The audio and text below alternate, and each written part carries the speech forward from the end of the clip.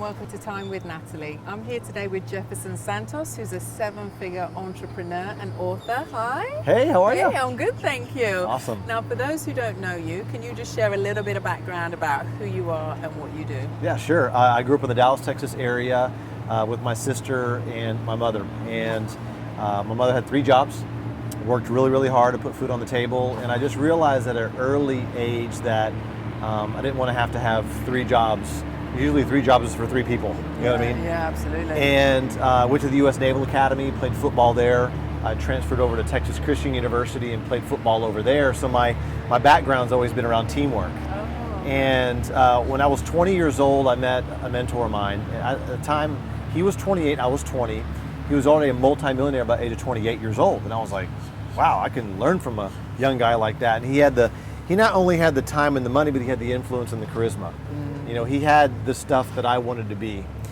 And he told me to read a couple of books. And after I read those 2 books, I realized that wealth building is a team sport. Mm-hmm. Because when you think about something great that's ever accomplished, nobody's ever done it by themselves.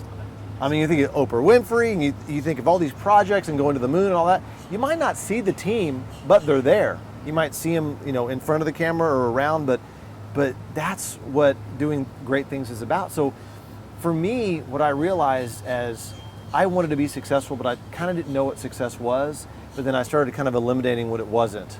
So I know you're involved in the travel business. Mm-hmm. Can you tell us a little bit about what you do there? Yeah, sure. So this was probably about almost 15 years ago. So this was, actually it's before the year 2000, before the Y2K. I'm just kidding. So that was a funny time. So me and a few buddies, we sat around and we were trying to be a part of, a travel club or a place where we can travel around the world, maybe make some income, make an impact in the world, and we didn't really see it.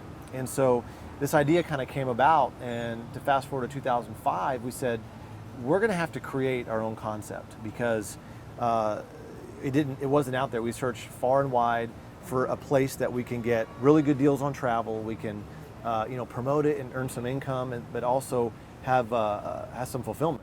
Fun, freedom, and fulfillment. Have a way that we can impact. All kinds of cool stuff that we're doing for kids and helping them have a brighter future. And so we're doing that through volunteerism as well in the travel industry. I love that because it's so important to give back.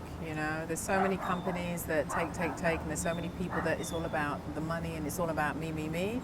But it's so important to give back into the community, isn't it? So yeah. I love to hear that. That is so inspiring. Mm-hmm. And what I also love about what you do in the company is that your family get to travel. It's great because it's kind of like the ideal lifestyle, isn't mm-hmm. it? It's where, you and the whole family, because you've got 2 gorgeous little boys as mm-hmm. well. Yes. And your gorgeous wife, Megan, and they all get to go with you, don't they? Yeah, it is. I mean, I think that who do we travel with? Well, it's friends, family, and the people that we know and care about, right? And I think that a lot of people out there, we work our jobs or our careers or whatever we're doing to eventually have enough money to have enough time to do what? Travel and vacation, and so that's another reason why we kind of built the business, my business around the lifestyle that we wanted to have, and so that's what we did. So we're able to earn, make money, but also earn travel. And so right now we're at a great resort and brought my parents and brought my kiddos and the wife, and we're just having a blast. And how many trips cool. on average do you take a year? Because usually about a trip. It's quite phenomenal. About a trip a month. Okay. Yeah, so it's nice. kind of the pace that we stick pretty much to is we work for 3 weeks, we're off for a week. We work for 3 weeks, we're off for a week, and it's really great. And so I always tell people, hey, what if you can just add 1 extra vacation a year? That would do great for your sanity and your recharging yourself and stuff. But what if you could do 1 vacation a quarter, and then maybe work your goals into that, and then eventually you could take 1 vacation a month.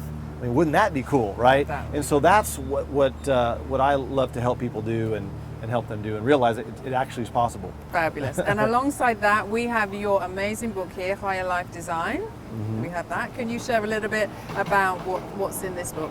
Yeah, sure. I've struggled a lot, but I've had a lot of success now. My wife and I, we take a vacation every month. And a lot of people want to know, well, how in the heck did you do that? Mm-hmm. And I'm like, well, let me just put it all in the book, because I have people you know, inbox me on Facebook and email me and call me and say, hey, I got some questions for you. And if I can duplicate myself 100,000 times, there still wouldn't be enough time for me to help everyone. Sure. So this allows me to serve more people by putting it all in a book. And, you know, the title is, you know, Higher Life Design, Arrive at Your Intended Destination, Healthy, Wealthy, and Happy. And who doesn't want to be more healthy, wealthy, and happy? Yeah. Right? I mean, Yeah, you know, yeah. and I think that it's one of those books where I love to travel, and I think all of us would love to vacation and travel more if we could.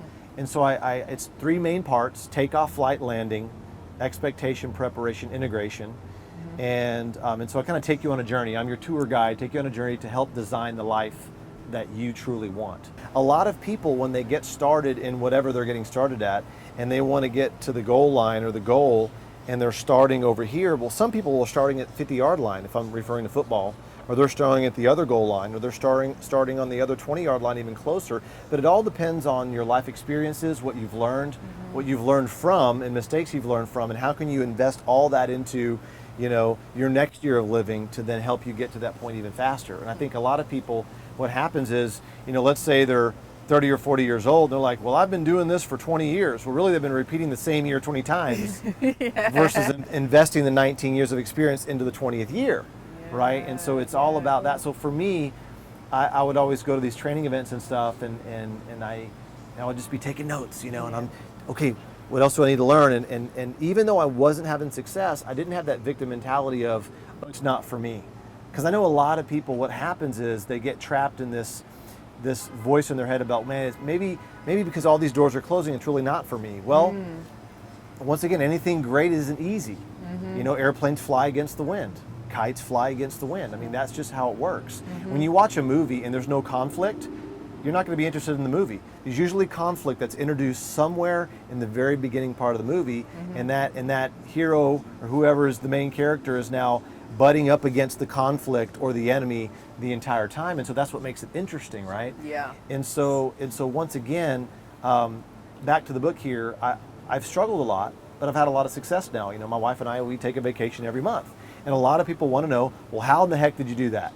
Because what I love about you is we're here in Miami at the moment. We're at a mastermind meeting, and oh my gosh, you're writing notes. You're you know, you are so into personal development and so into knowing who's doing what and what's the latest systems, the latest programs. It's just fantastic to see that, and you've got such a hunger for that.